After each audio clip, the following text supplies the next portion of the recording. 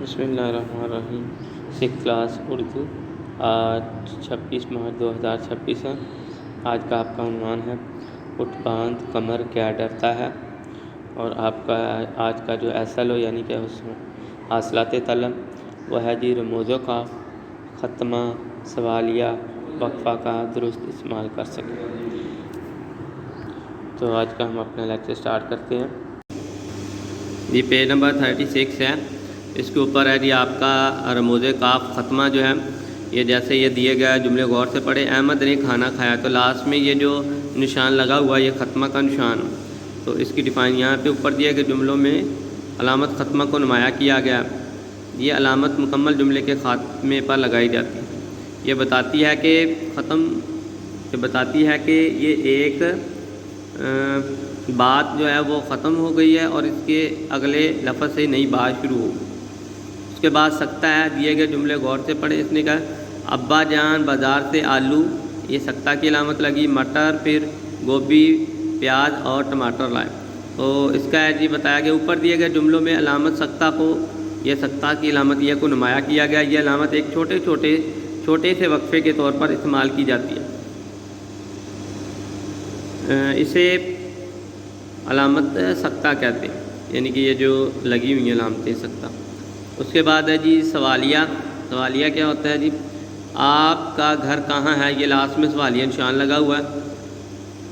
تو پچھلے صفحے پر دیے گئے جملوں میں الفاظ کہاں اور کون کو نمایاں کیا گیا۔ ایسے جملے جن میں کوئی بات پوچھی جائے یا سوال کیا جائے انہیں سوالیہ جملے کہتے ہیں، اور ان جملوں کے اختتام پر سوالیہ نشان لگائی جاتی ہے، علامت لگائی جاتی ہے۔ سب سے مین چیز یہ ہے کہ اس کی جو لاسٹ میں سوالیہ نشان لگا ہوتا ہے، ٹھیک ہے، یہ اس کی علامت ہے، جو پتہ چلتا ہے آپ کو یہ سوالیہ جو ہے یہ اس کے لاسٹ میں سوالیہ نشان لگائے جائیں۔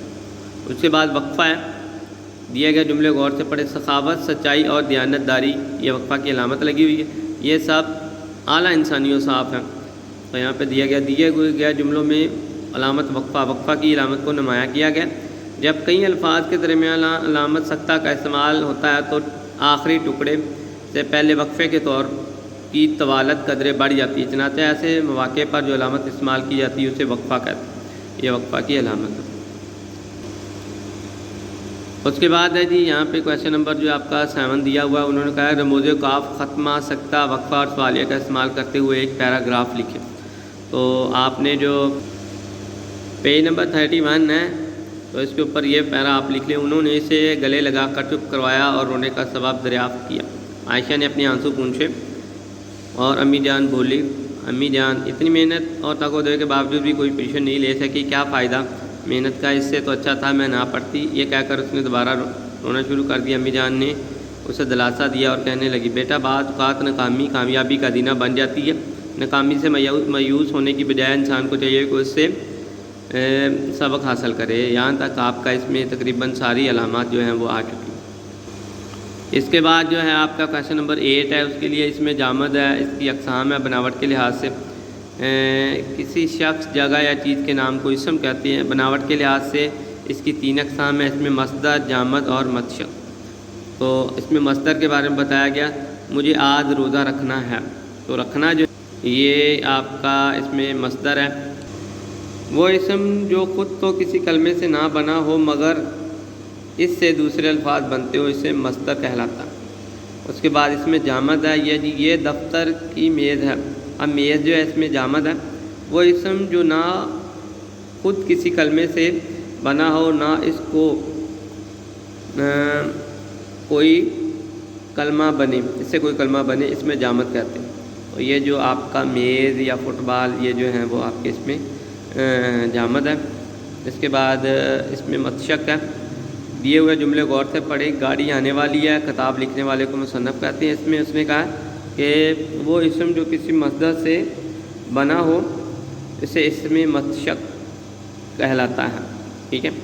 اب نیچے جو ہے وہ آپ کا کویشچن نمبر 8 ہے، ٹھیک ہے۔